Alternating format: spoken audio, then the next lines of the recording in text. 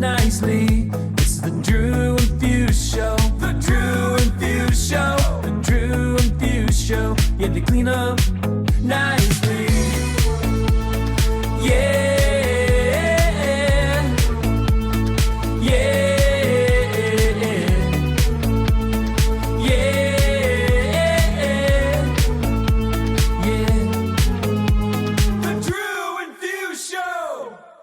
Hey, Daft Punks. That's right.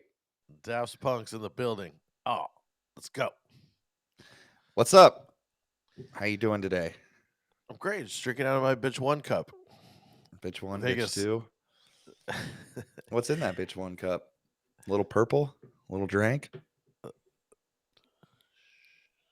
right, we won't tell anybody. It's a secret. If you're listening, you don't get to know what's in it. How you feeling today? Feeling good? Feeling good, feeling great. Me and Fuse are back in black. We had all last week. We were at the Mobile Entertainment Expo, MEX. Still, I claim that to be the worst name of anything, but the worst acronym. We weren't in Mexico. Quite a popular belief that we were in Mexico, but we were not. We are not in Mexico. We were at the Mobile Entertainment Expo, and it was a lot of fun. And what so fucking action packed that we missed a week of putting out content, and we're sorry, but we got to actually meet all of our 5 listeners in person. They were all there representing. Got a conga line challenge going during our set, which was amazing. Absolutely incredible. Totally. But before we get started too much, let's talk a little bit about our weekend leading up to flying out to Vegas for MEX. Where were you at Friday? Where were you at Saturday? What'd you do prior to the weekend? I think you had a wedding on Sunday, so you want to tell us a little bit about that? Actually had the whole weekend off. I didn't do anything except for Sunday. I had a wedding, and that wedding was one of the weirdest weddings I've done in a while, but it was cool. It was half Cambodian and half Mexican, and first time ever, and I mean ever, I did a hot potato game during dinner. You hosted hot potato. I hosted hot potato. All right. Yeah, they requested it, and I laughed. It was it was absurd, but I played the Wiggles, hot potato, hot potato, hot potato, hot potato, and then said, "Turn it, pass it to the left, pass it to the right, stand up, stand down, run around the building." And as much as I thought it was going to be awful, which it was amazing. It was pretty fun. It was. You know, you get those moments, right, where you're going, I can't believe this is happening in my life right at this moment. And it made me laugh. I was able to actually be in the moment and laugh. And it was cool. That's good. Just, as silly as it sounds, it was funny. So the hot potato was a hit, or were people weirded out by it? No, everyone was super excited about it. I think, you know, what had happened is the couple was worried nobody was going to dance. And ultimately, I got them all dancing and everybody had a good time. They were just concerned and they wanted to have all these things in place, which we didn't even really do most of the things they wanted just because the dance floor was going so well. So it was an awesome wedding. Though I will say one other thing that threw me off for that wedding was the couple came up to me, and again, first for everything. It was 2 firsts and 1 wedding. But they came up to me and invited me to lunch after the wedding. So once they get back from their honeymoon, they want to go to lunch. Never had that happen before. And, you know, I don't know if I should go or not. Impact. You had quite the impact on them. Yeah. First off, if you should have asked if you're going to lunch, are they buying? Because that's the most important part. Is the lunch on you or is it on them? No, I would assume because I didn't get I did not get a tip that wedding, even though I crushed that hot potato. So I'm guessing that lunch is the tip. So, well, that's cool. I'm looking forward to hearing the lunch recap of the hot potato, and I'm sure all 5 of our listeners, all 5 of the punks out there, will be happy to hear about it too.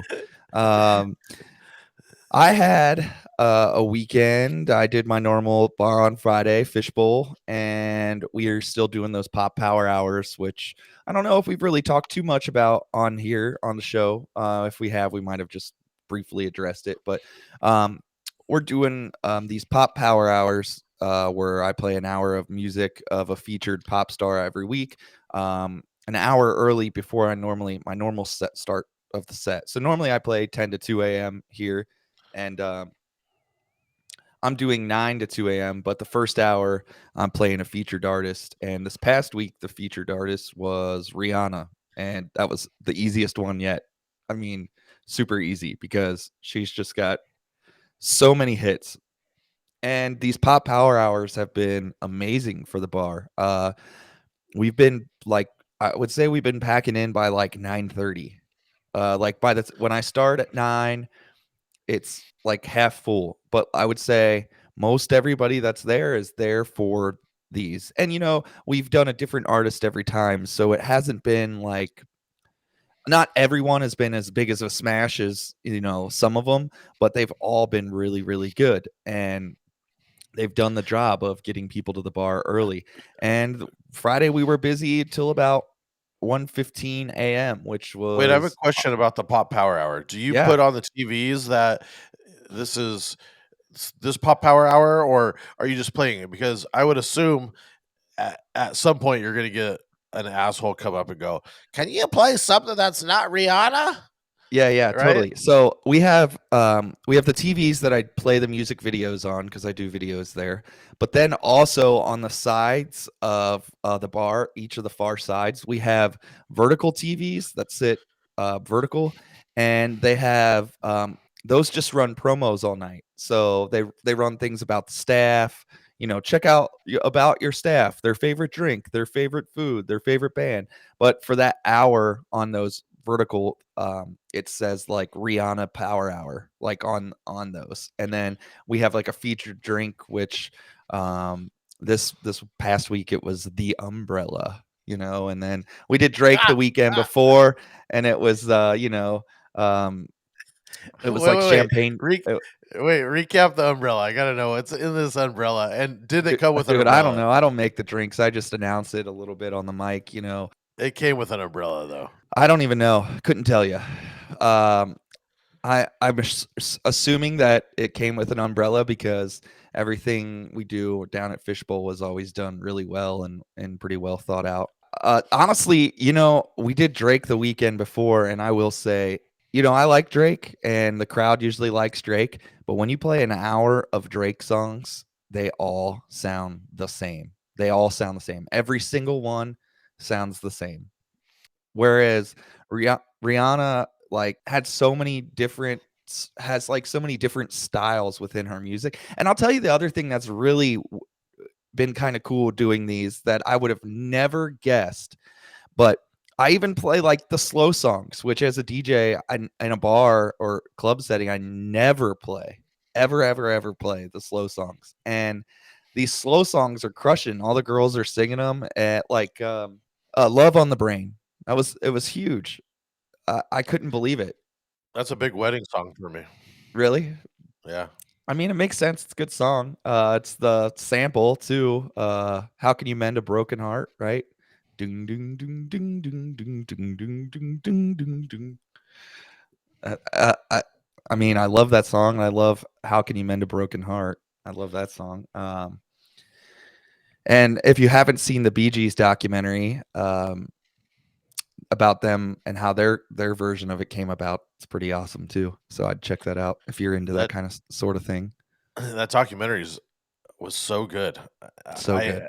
It was so good. I didn't expect that, but it was really, really good. It was good about music. It was good about life. And then I think it's Barry at the end. All the brothers didn't get along for uh, there for a while, and I think through the death of the two, and Barry's the only one that's still alive. And I mean, it hits pretty hard at the end when he says something around the lines of, "I'd give back all my fame and success to have a few hours with my brothers again." I was like, "Damn!" Like that's one that hits you in the feels. Yeah. So, but so we did that on Friday and it was great. We had a great night. Saturday, I did a gig at Washington Park here, um, a day gig. It was for an event called Mitten Fest. It's where like they get a bunch of Cincinnati breweries together, and um, they drink you drink beer outside in the cold at Mitten Fest. You got your beer mittens on, and it was like 9 degrees out and super windy, so that was not fun at all. I was freezing my ass off, and you know, the people that put on those events are great, though. That's not a knock to them. It's just a knock to how windy and cold it was, and how much I hate the cold. And um, thank God for my girlfriend, because when I came home, she had nice hot soup waiting on me. So that was nice of her. And then I did the club Saturday night, and it was popping. We had our third Saturday in a row of 850 plus people there again, and that's big for us. I mean, the room is big, but when you get that many people in there, it's wild. So we had a good week. Biggest song of the night? Oh, biggest song of the night. I don't know, because now I'm thinking back. It's now Wednesday, so this is almost a week and a half ago. If I had my computer in front of me, I could probably say, but I don't know.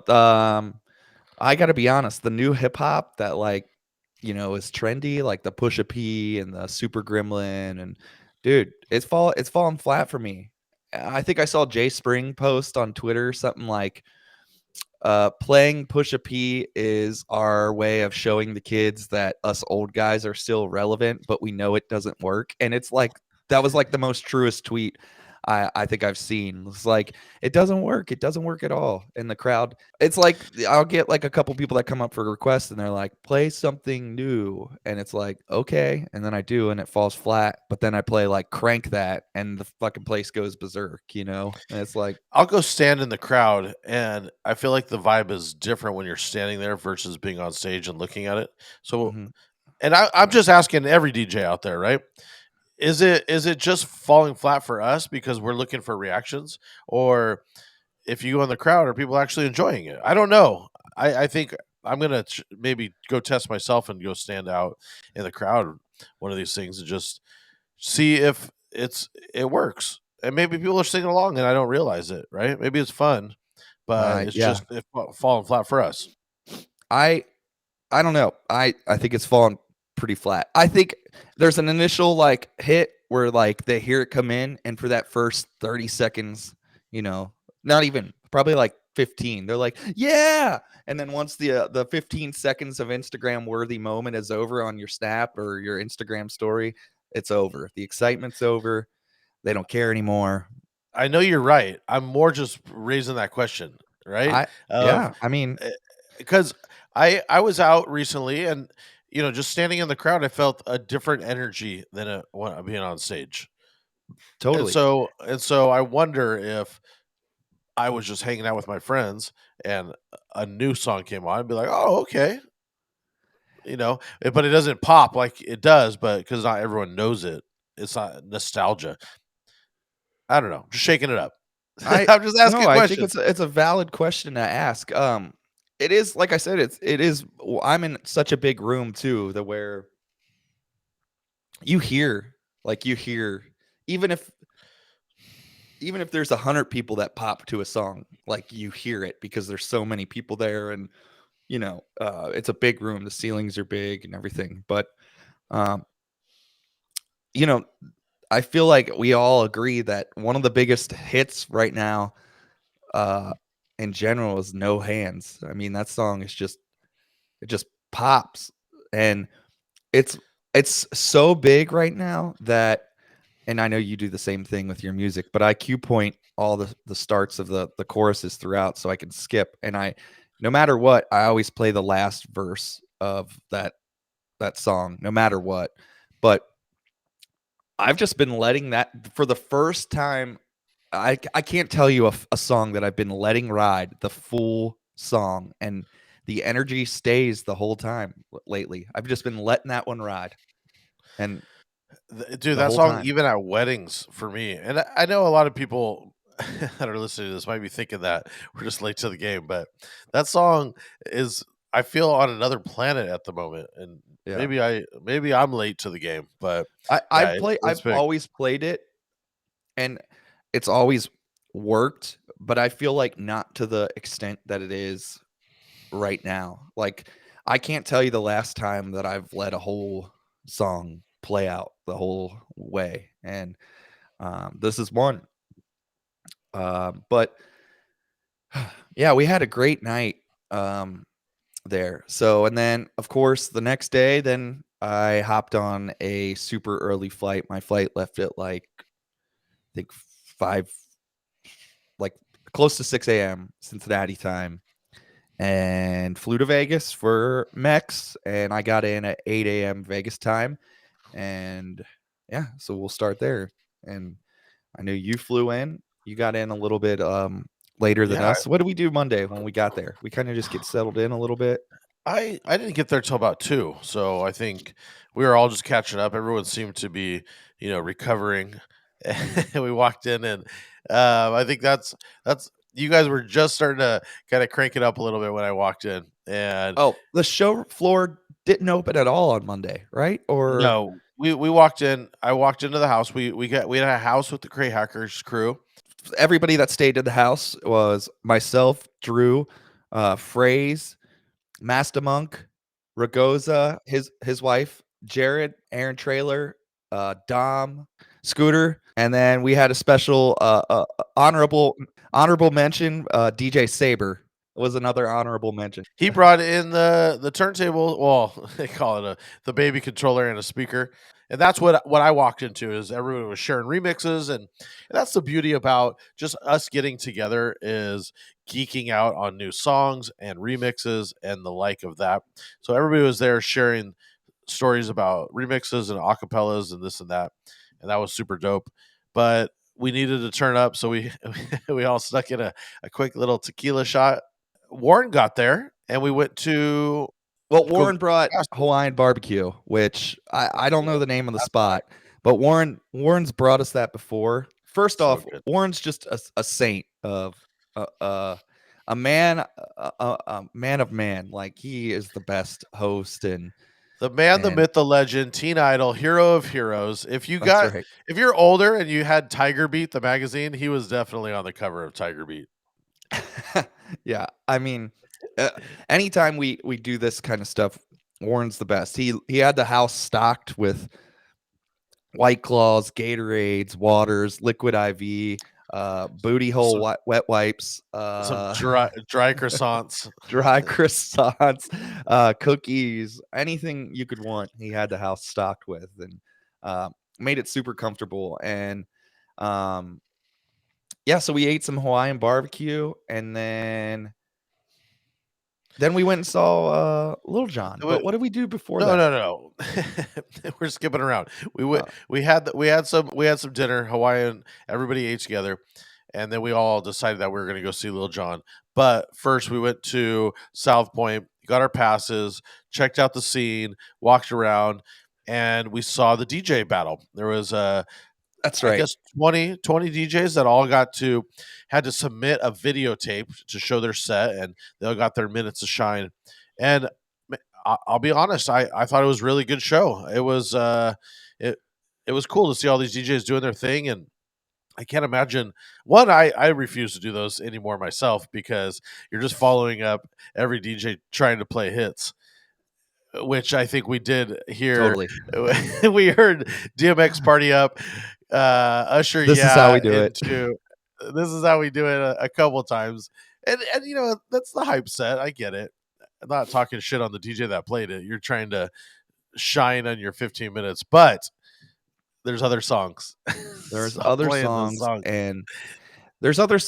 and it has to be a mix of the songs people kind of forget about, or songs that are like that make you. If there's a song that you play that you're like, oh, this always works for me, but it never works for somebody else because of a way that you play it. That's the stuff you got to be doing mixed in with the party songs.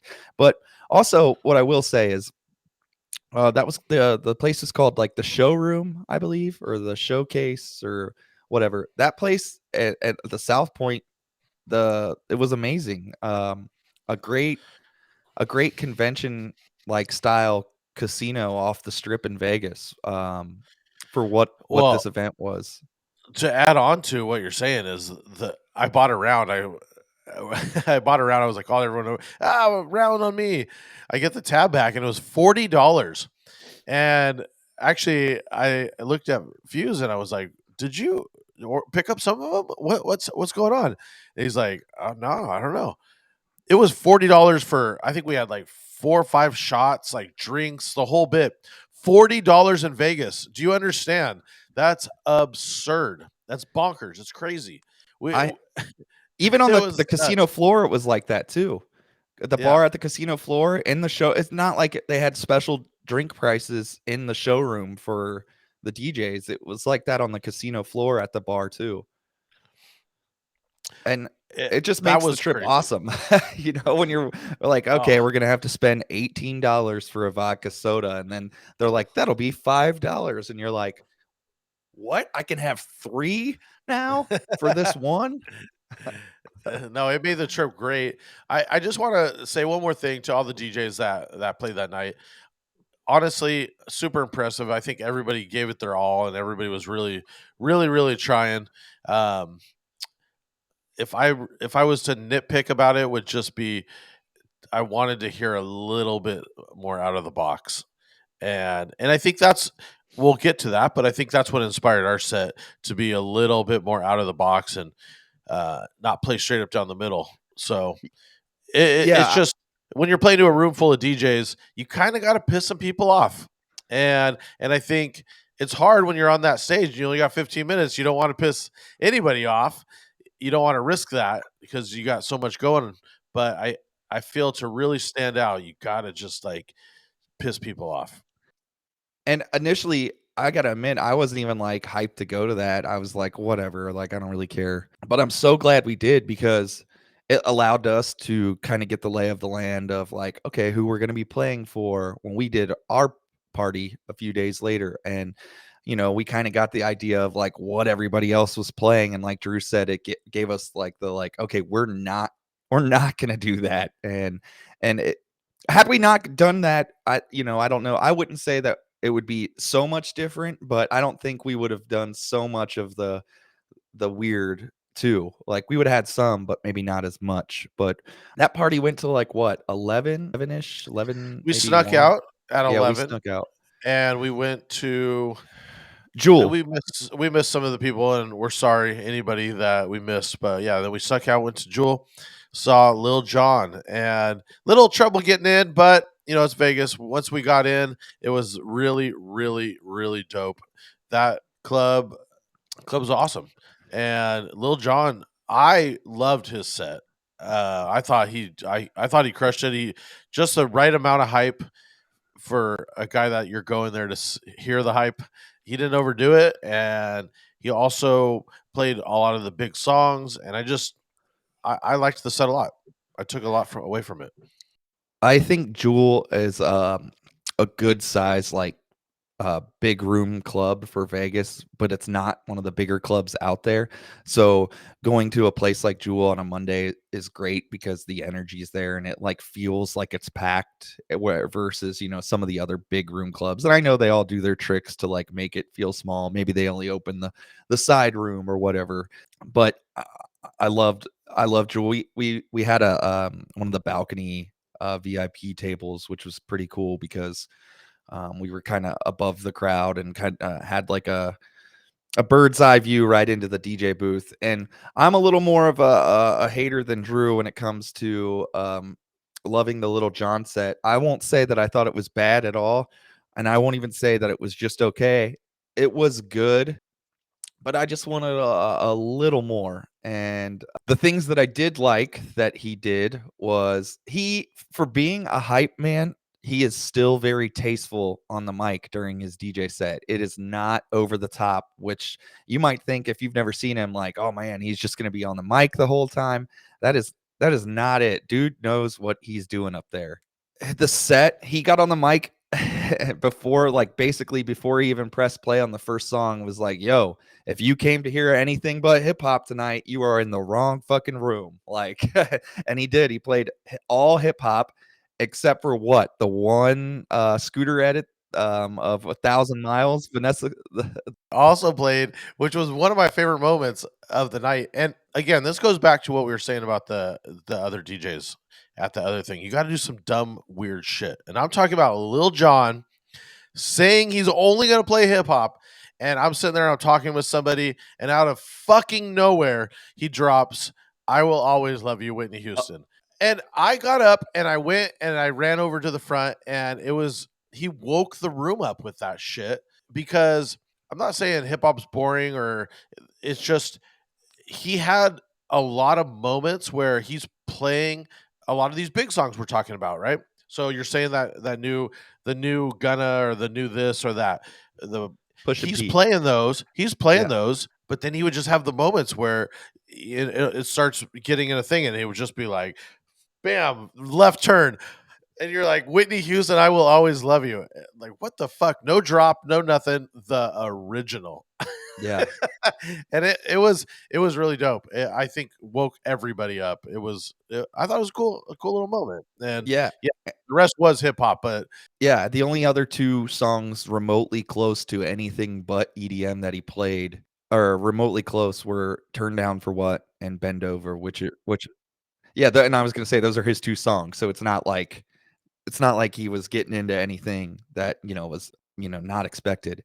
But I'll tell you what else he did that was really cool is, all his other songs, like, Yeah, and "Lovers and Friends," he had, like, STEM remixes, obviously, like, they're his songs, but where he did special stuff where he would, like, drop out the instrumental or drop out something, only like leave only the synth in there, and like that stuff was tight. Those like custom edits he had of those songs were very cool. I wish I could get my hands on some of those.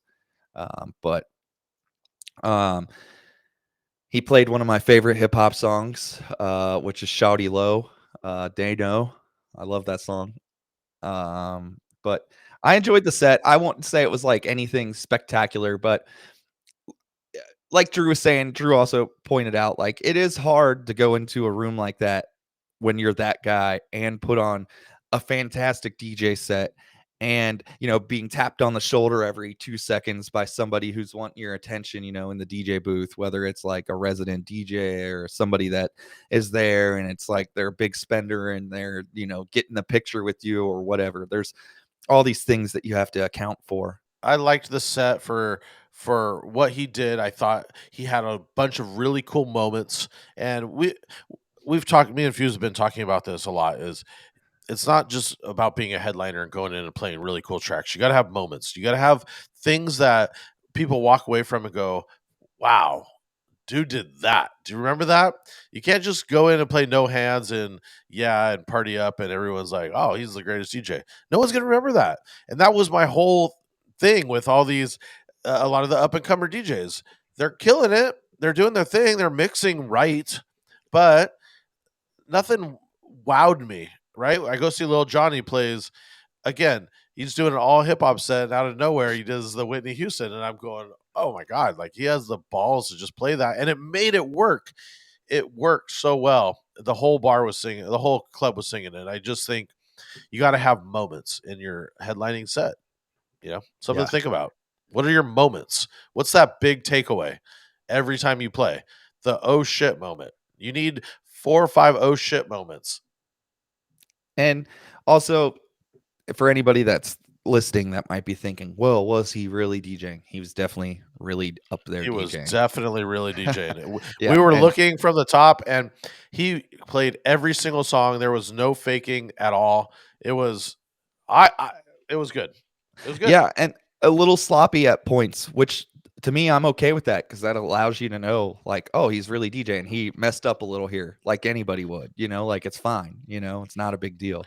But I mean, he he's was definitely taking really shots. DJ. He's getting tapped on the Yeah. shoulder. He's the whole bit. Like, yeah, it was nothing that was, oh, he's drunk or anything. It was awesome.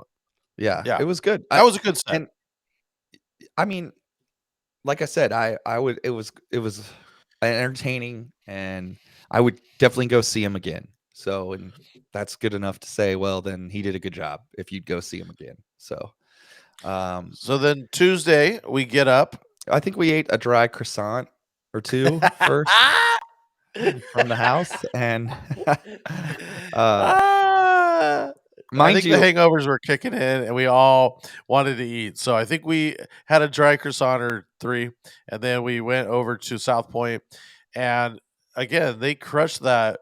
It was like might as well have been like a Denny's menu, right? Where it has everything. You could get steak, ribeye steak, and Chinese food. So you know none of it's going to be good. it was all good though for what it was. Like for it being a little like 24-hour diner in the casino. I mean, it was good Dude, enough. That's all. it was amazing, but you still look at that menu and you're going, "Oh, this is not going to be good. There's no way that they're mixing this with that." But it was good. I liked Yeah, it. I everything we ate there multiple times, and it was good. Then we got our passes. We went into the showroom floor. You know, uh, the longest hallway of all hallways leading up to where you get to it. We go upstairs and there's a line, you know, to get in. Everyone's excited. You get in, and the DJ room was kind of there. yeah. It It was was missing. the best is everybody's rushing to get in these doors, right? And there's like a long line, and then they pop open these two doors, and we're like, oh, look, they just opened those doors, and like the five of us who were there just kind of all casually walk in, and we're not in this long line, and they were like, yeah, I don't know why nobody's coming in this door, and we were like, yeah, we don't either. But so we go in, and the first off, the convention itself was huge, but about 1/10 of the convention was DJ stuff, and maybe 1/10. Um, Pioneer had a booth there, a very, very small booth, especially compared to what they brought at Expo in Atlantic City last year. And mind you, Expo in Atlantic City, pandemic was still kind of like going on last year. So for Pioneer to bring in is what that convention was in August, the first week of August of 2021 to what this one was. I mean, I'm not knocking it, but there was very little DJ. Toad had Toad booths there, which are great, and he's killing the game with those. I need to do a shout out for Toad. I told him I would, but I use basically Toad. The Toad booth is my booth of choice. It's the only booth I use constantly. So Toad gets my plug on that. He is just crushing all that custom shit. So if you don't know, look into the Toadmatic. Toadmatic. Yeah, toadmatic.com. Check it out. Honestly, can't speak highly enough about it. Toad's our dude, and he had a great booth. Between Pioneer, him, the Max booth also, that's what we played on at the show. The Max Yeah. booth. I like that booth. I actually do like that booth. Yeah. Um, they have a couple and they're sturdy, you know. Yeah, he had a giant spread, like showroom spread there, I guess you could say. And he had tons of stuff. And the other booth that was there was the JMAZ lighting. Um, there was the But I'll most say too, the same thing with J Maz. oh my god. I Yeah. barely remembered even being there because we were at Expo and it was blinding. Anytime you Yeah. walked by, you're like, His it was setup so at bright. Expo was like you're like, "Oh my god, I have to go see this." Where, they just brought in a little baby setup for Actually, I didn't even remember they were there. To be honest with you, yeah, he just had a that's tiny setup compared to what he that did at Expo. that's how forgettable it was. You know, I've been to Mobile Beat. That this is kind of Mobile Beat mixed in with the photo booth convention, and they're combined now, and they're doing their thing. They're trying to get it to what is respectable for both people, and I think they will over a couple years. This year is a growing pain. I think it's the first or second year that it's. I guess it's second year because I think they did it last year, but that it's really been. And I know a lot of companies were complaining that, and I'm sure every DJ's seen this. There is just supply shortages, so supply chain shortages. You Pioneer is, you know, backed up for months to months. So going in and promoting their stuff that they can't even sell doesn't make a lot of sense. And I think that hurts it. I think there was a lot that hurt this year. I think that, the pandemic still coming out of the winter, and a lot of places like reinstating mask mandates and all these things kind of in the wintertime made it kind of questionable for people. Like, are we going? Are we not going? What are we doing? Luckily, 2 weeks before we got there, Vegas, they lifted the whole mask mandate, so you didn't have to do anything, which was nice. I mean, especially when you're thinking the whole time, like, we're gonna have to be walking around here with masks on and all that. I mean, nobody wants to do that. And if you do want to do that, I just don't get it. Like, it's just not comfortable to do that. Yeah, I know. And but it was the photo booth convention was huge. And in case you didn't know, there's about 800 360 cam companies now. And that one was pretty cool. We did a 360 cam that was like on a rail system, and you could put like a whole group of people in there versus just like a couple people. So that one's pretty neat. But Well, what was weird about that one is it was with a cell phone. A lot of the other ones were with a GoPro. That one yeah, was with a cell phone. I thought it was interesting choice. totally. It was cool. We got to meet a lot of people, and Cleveland Terry, DJ Barr, Rick Webb, Rick Webb. DJ Rachel, all the YouTube stars were out in full force. Yeah, and we just got to see people, I mean, that we haven't even seen in a couple years since 2019. 2019, we did the last DMS DJ meetup, and we hadn't seen any of the guys really since then, and now it's 2022. So it's just Was there with his wife, totally, yeah. And Desiree. yeah, the Crate Hackers had a booth, and Ragoza was man on the booth a lot of the time, putting on scratch clinics for anybody that wanted to really see anything. I mean, if you need a reason to sign up for his Evolve DJs class, I mean, all you had to do is go listen to him. And Demand, I think, Demand was there hanging out with us from SCE, and Demand's actually, I believe he's taken Ragoza's Evolve DJ class just because he was saying he wanted to learn some new scratches and stuff. And he was telling me that he loves the way that they're doing it and the way that Ragoza is explaining things. So I think it's pretty cool. If that's something that you're wanting to up your career with new scratches and new technique, that is something you should definitely check out, because the Ragozas are killing it. I mean, their whole show. He's a great DJ. She's becoming a good DJ and a great guitar player. Oh, And her guitar playing is phenomenal, and she's also taken the course, I think, along with everybody else. And she wikis better than I do. I can't wiki at all, so maybe I need to actually take the class as well. We need to have them on. I already totally, we talked got to to. them, and they're Yeah, going to be on here shortly. yeah.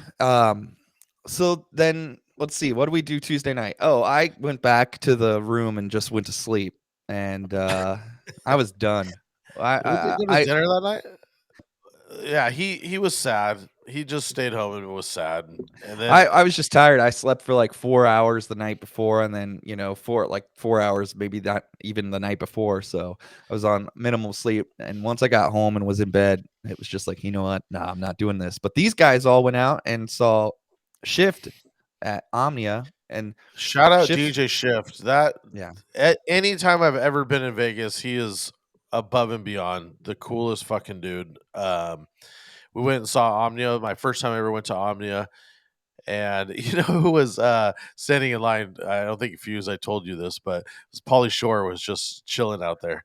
He was there for somebody's birthday party. And anyways, I thought it was pretty cool. I did not I would fanboy have. out. I just was like, I would have oh, been like, "Oh cool. my god, it's Pauly." No, I didn't at all. But it was cool.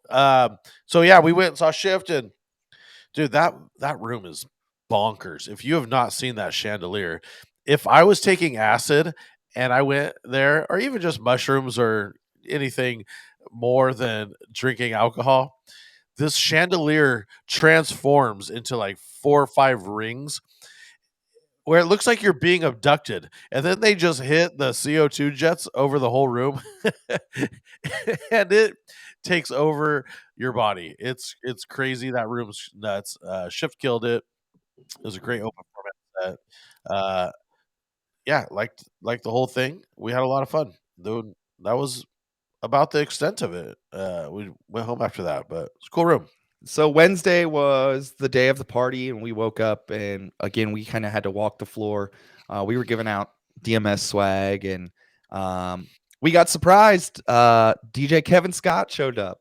We haven't seen Kevin since 2019. We were kind of sad. We didn't think he was going to come, and we were sad we weren't going to get to see him. And then, boom! All of a sudden, he's there, and It's it rad. was just awesome to see him and awesome to see that he's doing well and he looks great and just to kick it with him and chop it up and it was good stuff. And we all had dinner again kind of that night and then Well, we walked the showroom floor, we cleaned it up, and yeah, we one of our sponsors that we have barely talked about, but is the Photo Booth Supply Company.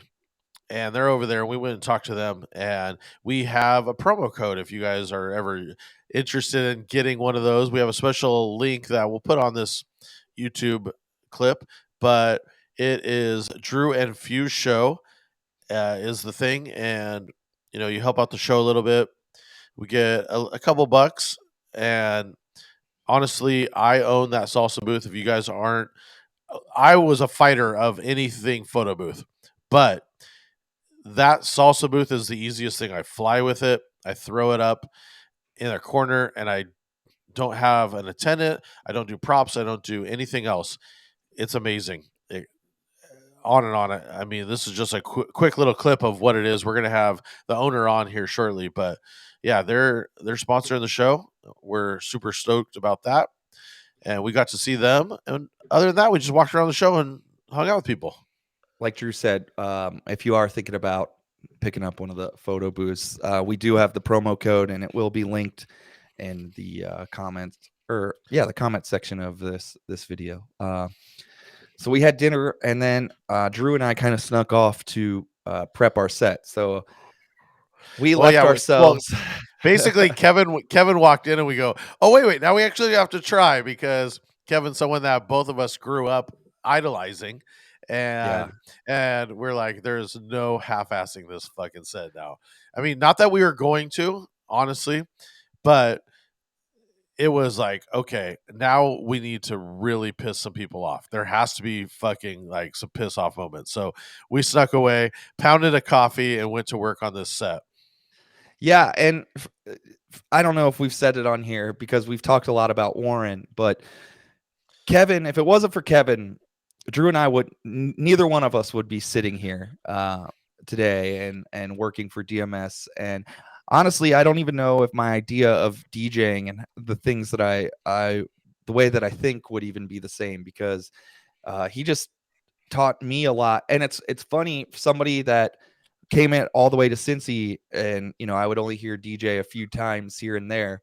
I would only get to catch him DJ a couple times a year. He'd come into Cincy, but had such a big impact over the way that I DJ and the way that my thought process is with DJing. So it was really important for us to not only impress all the other DJs that was there, but do good enough to where Kevin liked it too. So and I have opened up for Kevin. That's how I met Kevin. So I've seen him a lot more times than Fuse. Me and him also did the whatever party together. If you guys haven't heard that mix, check it out. It's something I'm very proud of. And he is a huge mentor to me, even just how I play, just his style and everything. He also runs the DJAMLives.com site. So if you don't know, check that out as well. A producer on the documentary as well, the DJM documentary. And we know that he's got some stuff coming with that soon. So if you're not, make sure you're following the DJ AM Lives page on Instagram because he's going to have some big announcements soon with that. So again, we were both a little shook. I mean, it's funny because he's become one of our closest friends, and to say this is almost ironic in the sense of where it is now. But we both were like, "Oh fuck, dude, like this is one of our idols that we gotta like try and crush. So we went and prepped, and I will say I'm super proud of our set. I think to DJ in front of a room full of DJs and photo booth people that are really not there to party. I mean, they're there to party, but they need to be impressed. You know, they're not there to just turn over. So we could have went in there and just kind of play the generic set, but like I said, we went and just saw the generic sets happen on Monday, and we were after seeing headlining DJs and all this stuff. We knew, hey, we got to come out swinging. So we Yeah. prepped this set. And Drew and I snuck off into a corner of the room where we actually played in one of the booths in the back and sat there for maybe like an hour and a half before the sound check happened. And then while Alex Updike was playing his set, we were still in the back finishing our set and adding cue points and stuff. And then basically we were like, that's it. That's as good as it's gonna get. And we had, I would say, we had about 45 minutes of the hour set planned. And then we both knew that once we got that far into the set, that the instincts would take over and we'd be able to go whatever direction we needed to from there, which was great. I'm glad we left ourselves, room like that. But we caught the tail end of Alex Updike's set, and then we were out there for Mike Villa, and we were having some drinks and socializing and just listening. And it was fun to then come on stage and be like, all right, this is what we're doing. We prepped it, and we're just gonna own it and do the set. And So we started. I want to preface this a little bit. So when you prep a set, we're not prepping it because we're just going out there and we don't know what we're doing. We 100% could wing that fucking set and probably had the place going a lot more crazier than we did. But we wanted to showcase and show people some different stuff, right? It's a Totally. mobile convention. It's a mobile and photo booth convention. Mobile DJs all get stuck playing the same songs over and over. We wanted to show them how you could do it fun but unique. And this is what I kept telling everyone afterwards is, dude, we honestly went in there to piss a bunch of people off and also kiss some babies. It was a combo of the two, right? It was Yeah. let's piss some people off but make a bunch of people happy. And I think we accomplished it. I think honestly the room could have had any lighting going on. They didn't. There was zero lights at all. So we went into just a room that was bright as fuck. Yeah, it's bright. And The one Max logo, there's LED boards behind us and LEDs on the side. And the one Max logo that was being shown was a red Max logo on a white background. So, as soon as that white pops up, it's like super bright in there. Then they rotated them. I'm not saying they didn't, but they also had tons of moving heads and stuff that just weren't being used at all. So, and that's not saying that they should have used them for us. They could have used it to enhance the party in a sense that it just wasn't being used. And if they were on ever on at one point, they were on like the slow move, where they're no, we have just video, barely. dude. They weren't on. We have video. They were not on. Yeah, it um, was not tight. It experience. really they should have been used. So we ended Go up ahead. making a bunch of edits for the show. And like I said, that an hour and a half before the show. And I will say that probably we prepped 50 tracks. We had 50 49. tracks. 49. Okay. 49. My bad. One off. I'm looking at it right this second. That's the only why I know. So we had 49 tracks prepped, and I don't know if there was one track that wasn't edited in some way by one of us that were in the set. So everything that we played at that point had been touched by us in some way. There was some kind of customization with it. And then after the set, I probably played at least 6 tracks extra, and I know Drew probably played about the same as well. So, do you want to We were we go were over and read flying through some of these? we were flying through the set, and it. I mean, I can send it to you. You want to send it? Are we going to post it? What are we doing?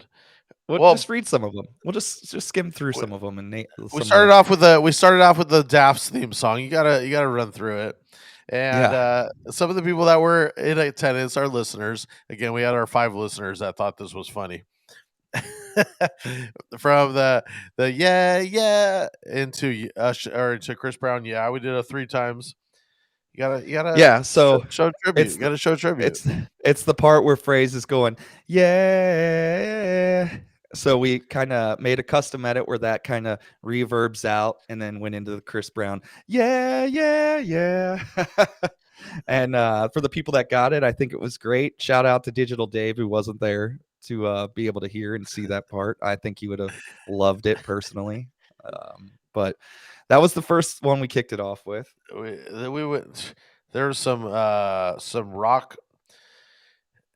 Oh my gosh, there's so much stuff. I don't know that it makes sense when I read it off if you didn't hear it. So Yeah. there's some rock, and then it goes into a little disco, some oldies, some pop, some hip hop, some trap, some more pop, some hip hop. This one uh, I was super proud of was the Spotty Odie, Oh, the Outcast one. Spodioti Dopalicious. Yeah, Oh man, that's one of my favorite. That's one of my favorite tracks, and yeah, we played that, and that was good. Um, was I want to say that was number 13 in, and I think that's when I saw people kind of just like chirp up, right? People were kind of like, okay, we're in it, and then it went from there, and it just all the way uphill. The first 10 minutes honestly might have been the longest 10 minutes of my life. Me and Fuse are like flying through tracks, playing 1 minute of each song, and I'm looking at the crowd going, "Oh, we're fucked." they yeah, they and we even talked. There's a couple moments where like we probably should have shortened that song, or we should have shortened this, and and it's a minute long, and we're both thinking like, "Oh, this is really taking a long time." But about and it's that, tough because everybody's sitting there like this. yeah, impress me. They're just Im- mad dogging you, like Mad dog in waiting, it. waiting Impress for you me to do now. something. Yeah. And then Dance, monkey, dance. finally there was a point, and I think you're right. It was right around that point It that was like definitely it that broke, song. and then the party started happening. It was that, so it was 10, it was about 10, 12, 15 minutes in, and that was that song. And I just remember everybody was like, okay, and everyone started dancing, and it started going crazy for that. And then another 10, 20 minutes later, we had a little conga line start. The conga line And started. just to troll us. Thanks, 5 listeners, for Yeah. trolling us. That was fun. And then that was a little oldies. We went into some hip hop, some reggaeton. We threw on Tarzan Boy for a little OOOs.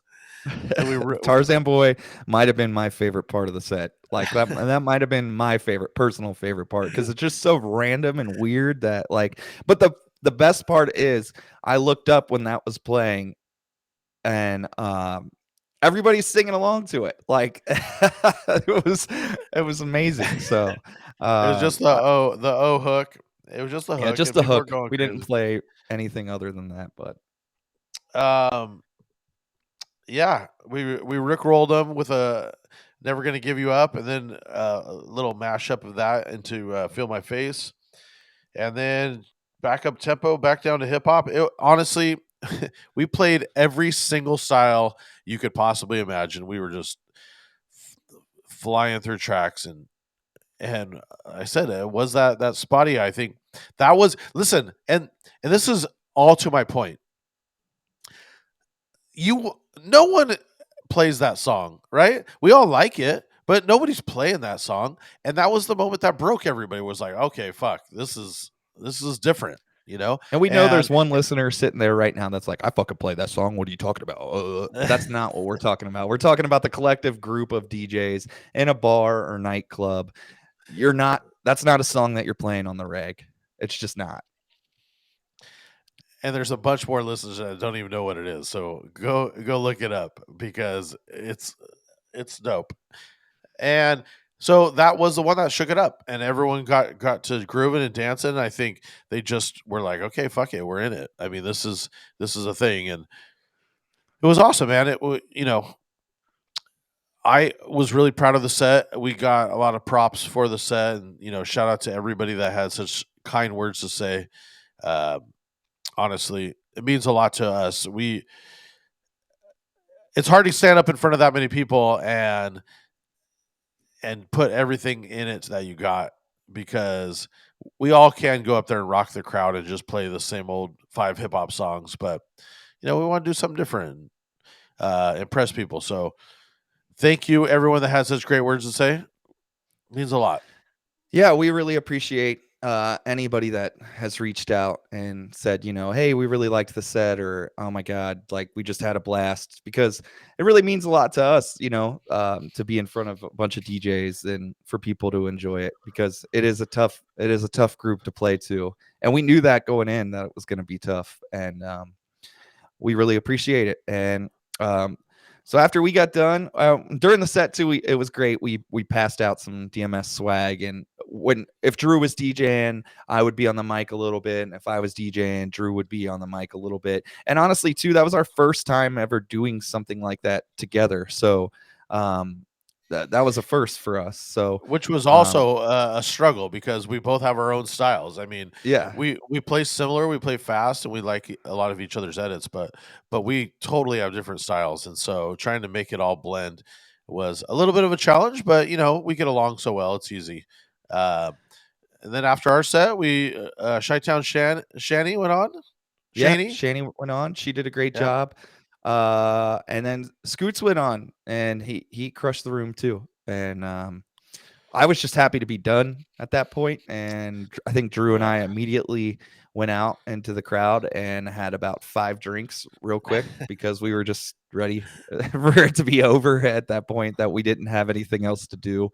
Any responsibilities from that point on were not on us, and but it was a great party, and um, Shout out Chitown Shani for putting it on, and yeah, she put it all together and allowed us to be a part of it, and we really appreciate that. And I know for me, a lot of DJs hadn't heard me play before, so it was a big for me to go out there and make sure that it did a good job. I know Drew's done some of these parties before, but it was very important for me to make sure that it was a great night. So that was pretty much the MEX. That was our take. We socialized with a little bit of everybody after that. Scooter and me and Nate Nelson all hit the blackjack table for a little bit after that. We all won a little bit of money, and we all collectively decided to walk away, which was very smart. I don't know who first brought that up, but shout out to one of you two, because I probably wouldn't have if somebody didn't say it. But I think that we're just going to end it on this note. We had a great time at MEX, and if there's anything you guys liked, reach out to us, let us know. We just want to ask anybody that's listening to please, rate and review on iTunes if you're listening to the podcast on iTunes. If you're watching this on YouTube, please subscribe to the channel, like the video, comment on the video. Let us know any thoughts that you had too. If you were at MEX, let us know what you liked, what you didn't like, what you would like to see, at the next convention.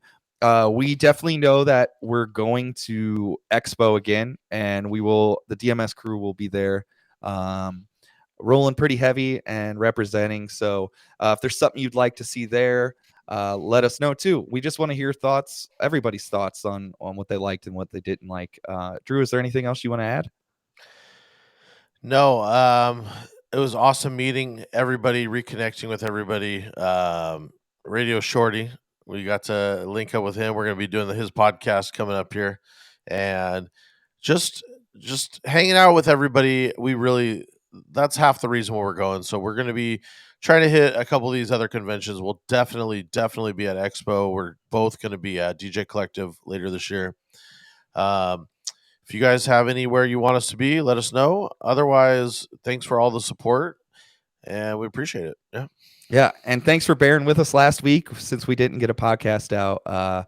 This will be going up, and we won't have too many weeks where we have breaks. But thank you guys for bearing with us, and thank you guys for listening. We really appreciate you guys, and appreciate all the positive feedback we've been getting. And we'll talk to you next week. See ya. Peace.